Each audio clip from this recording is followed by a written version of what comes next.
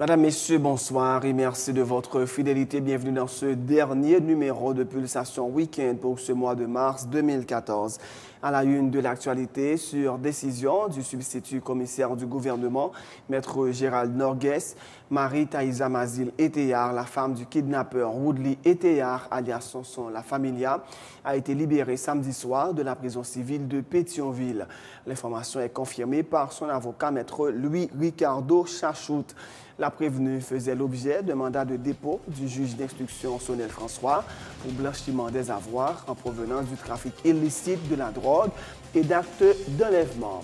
L'ancien sénateur Irvette Chéry, membre de la commission de suivi de l'accord du 14 mars, est plutôt optimiste quant à l'application de l'accord, notamment au niveau du Parlement.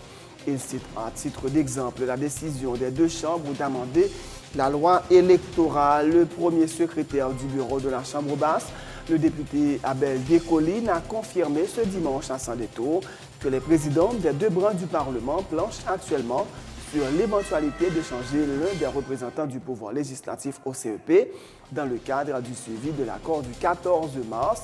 Un ancien cadre du CEP qui avait organisé les élections en 2006 pourrait faire son retour au collège électoral à titre de représentant du Parlement, a affirmé Abel Descollines. Le parlementaire a par ailleurs démenti les déclarations du sénateur Jean-Baptiste Bien-Aimé selon lesquelles le PSP serait pressé par le chef de l'État d'évincer Maître Néhémie Joseph. Ceci, dit-il, est politiquement impossible à moins d'un accord avec le Sénat dont Maître Joseph est le représentant, a ajouté Abel Descollines. Pour le secrétaire général de la plateforme Unité, Dr Laurent Bourget, l'accord du 14 mars n'a fait que contribuer au renforcement de la crise politique. Le dirigeant politique est par ailleurs très critique vis-à-vis de l'Église catholique. À l'étranger, les forces de l'ordre brésiliennes ont pris ce dimanche le contrôle des favelas de Maré à Rio de Janeiro, à environ 3 mois du coup d'envoi du mondial. L'opération a duré une quinzaine de minutes et déroulé sans la moindre résistance. Un commando composé de 5 talibans a attaqué samedi le siège de la commission électorale en Afghanistan à une semaine de la présidentielle. Les forces de l'ordre ont répliqué, tuant 4 assaillants. Le 5e s'est fait exploser. Dans l'actualité sportive, Liverpool a balayé Tottenham 4-0 ce dimanche pour prendre les commandes de la Premier League avec 2 longueurs d'avance sur Chelsea. Malgré une entame de match catastrophique, Serena Williams a remporté son 7e titre à Miami en battant la chinoise Nali, numéro 2 mondial en 2-7, 7-5, 6-1. Mesdames, Messieurs, restez branchés pour le développement de ces titres et de bien d'autres.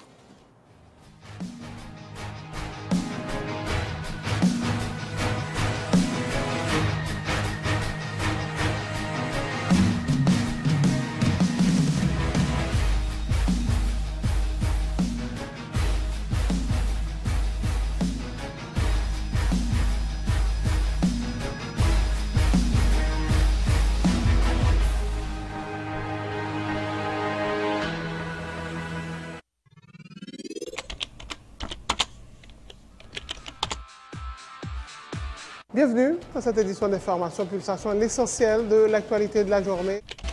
Merci de votre fidélité. Bienvenue dans ce premier numéro de Pulsation Week-end.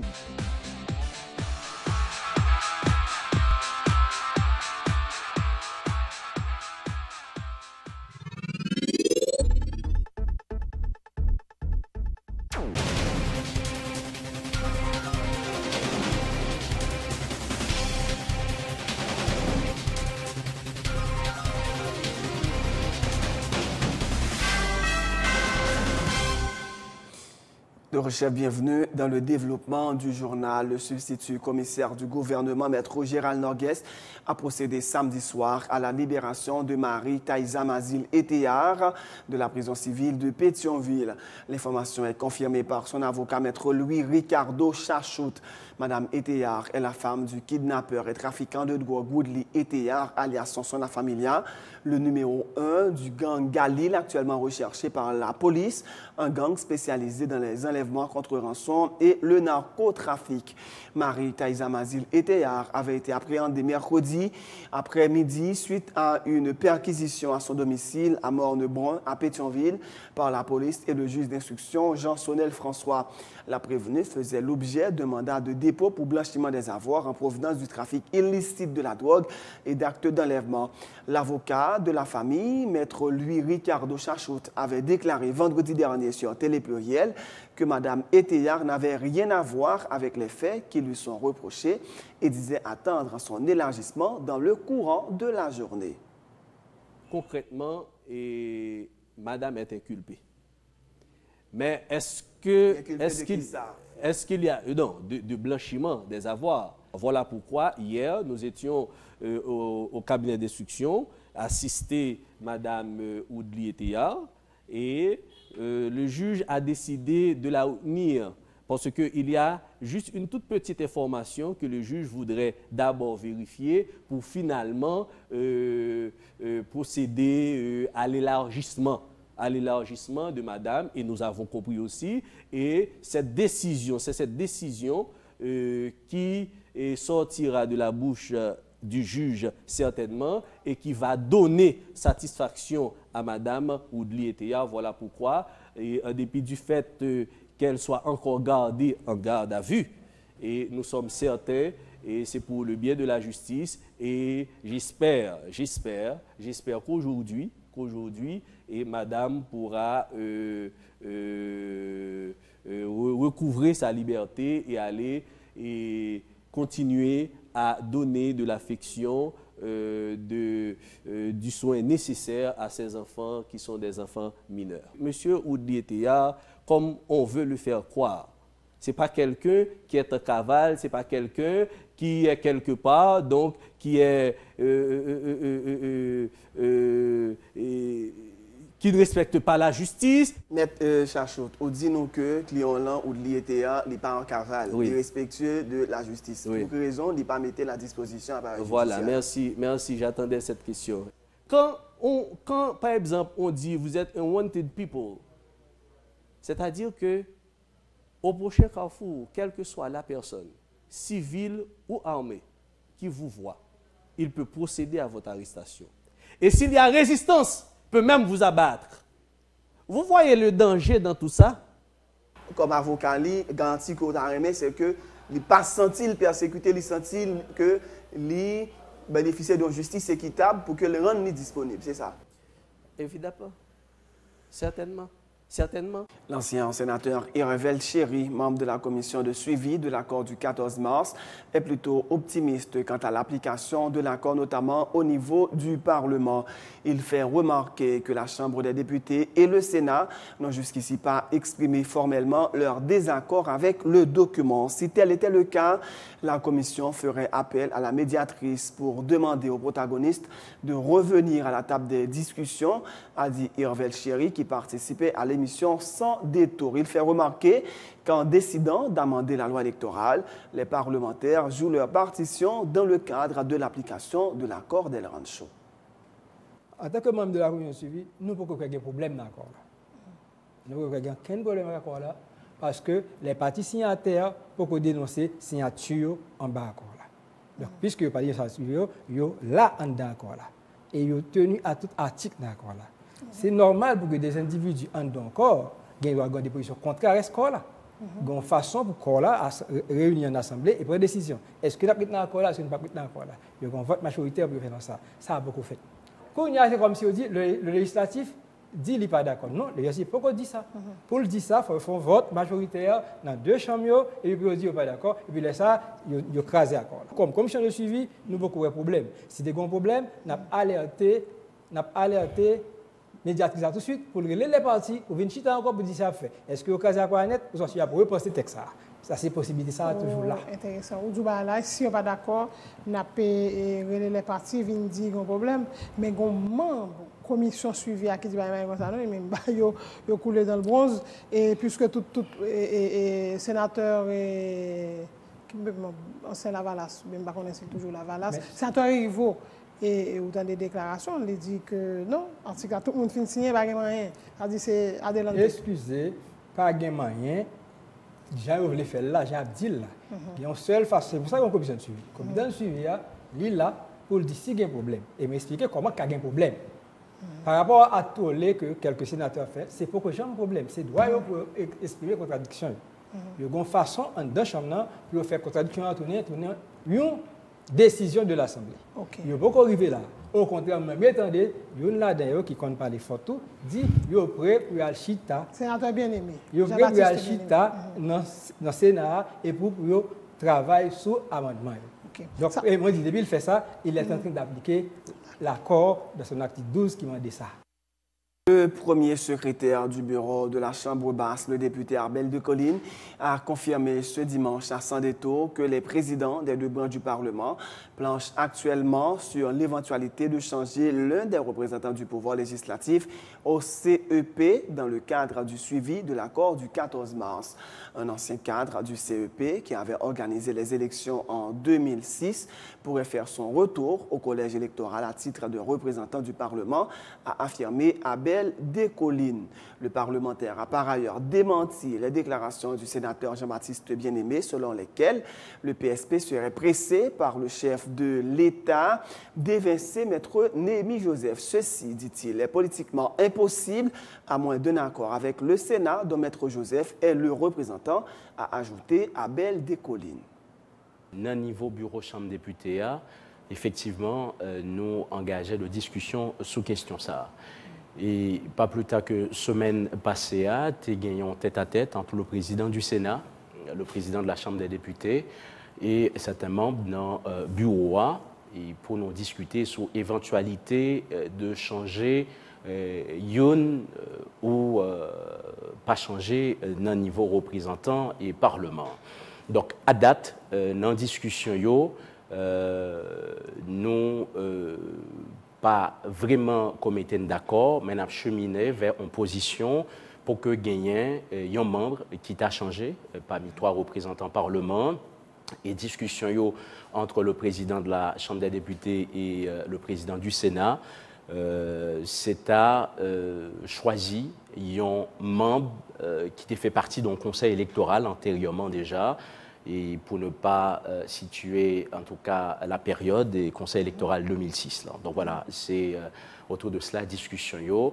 Le Parlement, en tout cas les 2 bureaux, a opté au cas où il y aurait remplacement de une dans 3 représentants Parlement pour faire choix d'une personnalité qui fait partie d'un conseil électoral déjà, sinon qui fait élection en 2006. Est-ce que c'est passé dans la retiré? Est-ce que c'est une...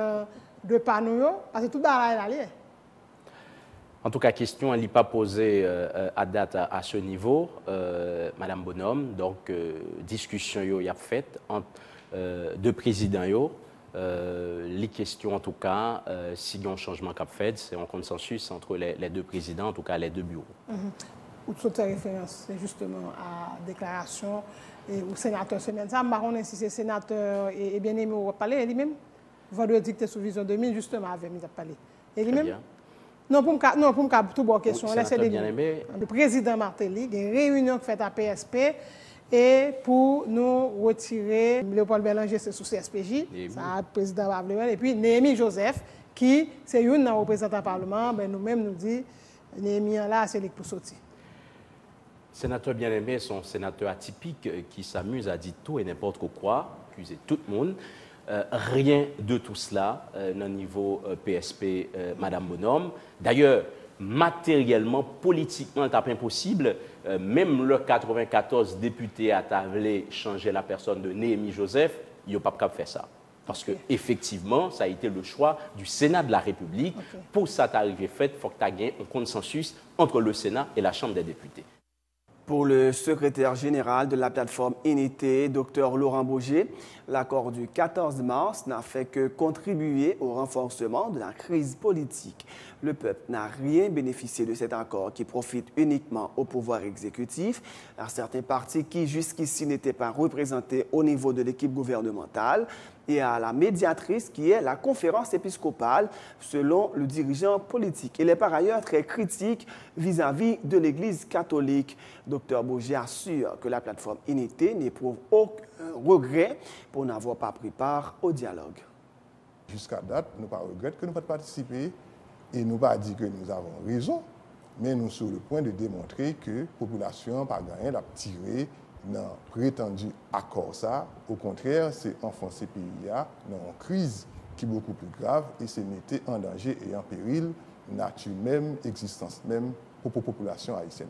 Et ce n'est pas sans raison que le président Maté lui-même te dit j'ai fait appel à la conférence épiscopale. C'est son allié naturel. Et c'est avec une aisance qu'il déployait toute énergie pour sauver la droite. Et l'Église catholique a joué un rôle historique de obstruction à avancée démocratique et obstruction à avancée classe économique. On dit que le président Martelly il tournait normalement vers aller naturel c'est l'Église catholique, mais en regardez, c'est Religion pour la paix qui a fait médiation déjà. C'est parce que Religion pour la paix faillit et qu'on fait appel à l'Église catholique. Non, ce n'est pas en faillite. C'est qu'il semblerait que ça que le cas joue non mais l'Église catholique, il est difficile pour joindre une sorte de compromis dans le temps Religion pour la paix qui gagne vaudouisme là-dedans, qui gagne l'autre là-dedans. Oui, mais Religion pour la paix fait combien de mois de travail, pas grand-chose qui sortit. Mais c'est clair. Ah ben oui. Non, pas grand-chose qui sortit. Donc il faillit, c'est ça les gens qui faillit. Pas grand-chose qui sortit pour nous-mêmes. Pour nous-mêmes qui est-ce? Pour nous-mêmes, pour la population, mais il y a grand-chose qui sortit pour Mamateli, parce que c'est Religion pour la paix qui mettait le dehors dans l'affaire passeport. Et je vous dis, il a trouvé que Religion pour la paix pas assez irritant, il choisit une qui est zélée, qui c'est conférence épiscopale là, mais en général, qui ça gagne de réel pour le peuple haïtien dans ça, dans l'accord ça? Qui ça gagne pour lui? Qui est-ce qui joue, qui est-ce qui gagne là-dedans? C'est le pouvoir. Qui est-ce qui gagne encore? C'est le groupe qui était toujours dehors dans le pouvoir. Qui est-ce qui gagne encore? C'est l'Église catholique et le peuple. Rien. Autre point de l'actualité, l'ancien président de la Chambre des députés, Le Vaillant Louis-Jeune, a profité de la visite vendredi dernier d'une délégation de parlementaires américains au palais législatif pour appeler le gouvernement des États-Unis à mettre la pression sur les autorités haïtiennes pour qu'elles organisent les prochaines élections. Alors que la représentante de la Floride faisait état des progrès constatés en Haïti, le député de Dédune lui avait répondu de ne pas se laisser tromper par les tôles rouges qui servent de clôture au chantier dit en construction, mais sans espoir de finition. 25 millions de dollars américains étaient prédisposés sous l'ancienne administration pour la construction du palais législatif dont les travaux devraient s'achever en décembre de cette année, mais l'édifice n'est toujours pas sorti de terre, avait fait remarquer le parlementaire. Madame la représentante de Miami, Floride, vient d'évoquer les progrès réalisés en Haïti. Je crains seulement que les tôles rouges dont est parlé Port-au-Prince vous trompent. Puisque Port-au-Prince, à chaque carrefour, il y a entre parenthèses des travaux qui sont en construction, qui sont éternellement en construction, mais sans espoir de finition. Les 25 millions de dollars qui étaient prédisposés à la construction du palais législatif depuis l'ancienne administration et dont la finition était prévue en décembre 2014, ce bâtiment n'est pas encore sorti de terre. Les élections qui étaient prévues depuis novembre 2011 ne sont pas la priorité de l'actuel pouvoir. Et le président a tout fait pour saboter le processus électoral. Le Parlement a doté la République d'une loi électorale qui est restée dans le tiroir du président pendant 3 mois. Sans raison aucune, puisqu'il n'y a fait aucune objection. Puis, dans le but de sauver le processus démocratique, députés et sénateurs proches du pouvoir, tout comme ceux de l'opposition, se sont mis ensemble, pour une nouvelle fois voter le texte dans le même terme et l'acheminer au président de la République. Cela a mis le processus électoral en retard pour 6 mois. Nous attendons de pied ferme que toutes les dispositions soient prises et que les États-Unis, qui veillent sur la démocratie dans le monde, continuent à assister à Haïti, continuent à mettre la pression pour débloquer la situation dans la plus grande transparence, dans la plus grande inclusion, pour faciliter l'organisation d'élections libres à la fin de l'année. Tout à fait autre chose. L'Organisation Développement des activités de santé en Haïti, DASH, dispose d'un nouveau centre hospitalier à La Boule 11.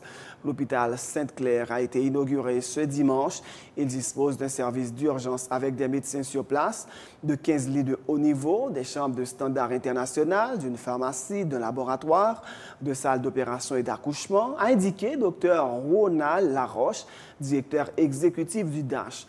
Comme tous les autres centres hospitaliers du DASH, l'hôpital Sainte-Claire offre à la communauté de La Boule et des zones avoisinantes des soins de santé de qualité à des prix compétitifs, notamment en médecine interne, pédiatrie et gynécologie, a-t-il dit, rappelant que tous les hôpitaux du DASH sont ouverts 7 jours sur 7 et 24 heures sur 24 avec un personnel médical qualifié.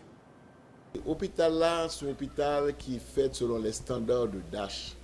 Ce qui veut dire que tout l'hôpital nous, et que ce soit, j'aime dire, l'hôpital Judas Nadelma 18, l'hôpital Saint-Landry à Pétionville, l'hôpital Saint-James à Martissan, etc., etc., nos hôpitaux ont le même format administratif. C'est-à-dire que nous sommes ouverts 24 heures sur 24, 7 jours sur 7 avec médecins sur place, et nous avons un staff de médecins représentant toutes les spécialités médicales.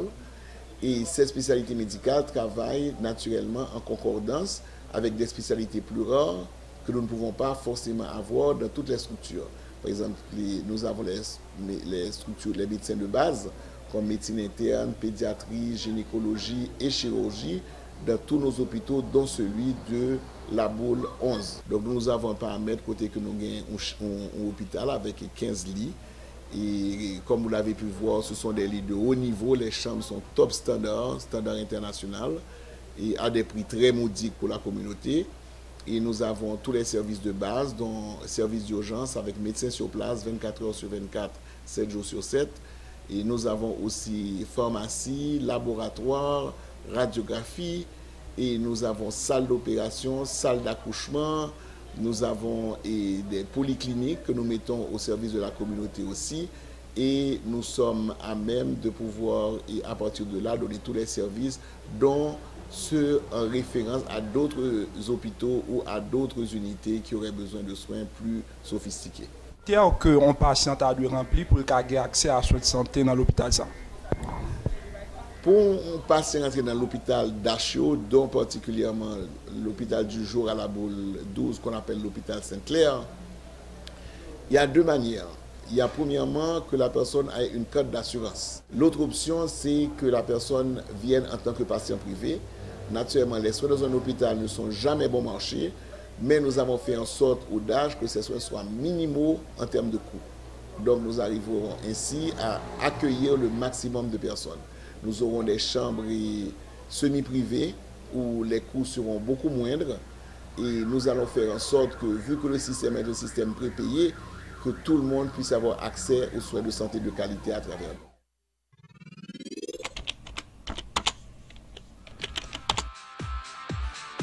Bienvenue dans cette édition d'Information Pulsation, l'essentiel de l'actualité de la journée. Merci de votre fidélité. Bienvenue dans ce premier numéro de Pulsation Week-end.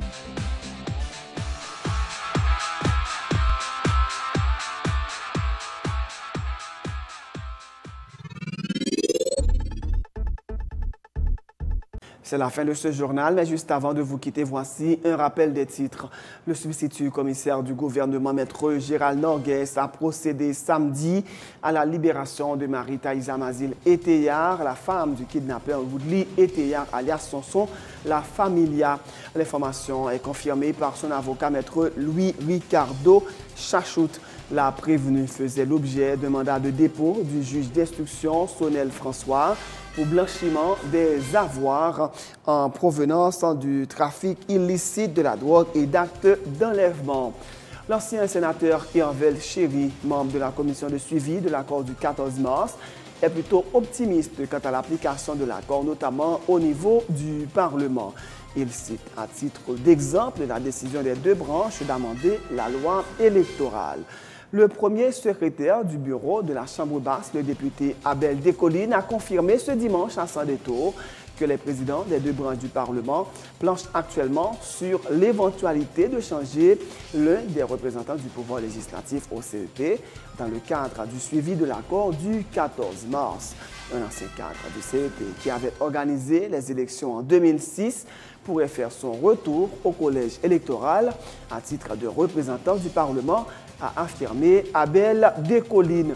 Le parlementaire a par ailleurs démenti les déclarations du sénateur Jean-Baptiste Bien-Aimé selon lesquelles le PSP serait pressé par le chef de l'État d'évincer Maître Némi Joseph. Ceci, dit-il, est politiquement impossible à moins d'un accord avec le Sénat dont Maître Joseph est le représentant, a ajouté Abel Descollines.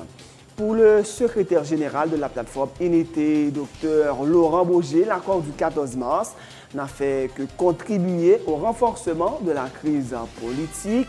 Le dirigeant politique est par ailleurs très critique vis-à-vis de l'Église catholique.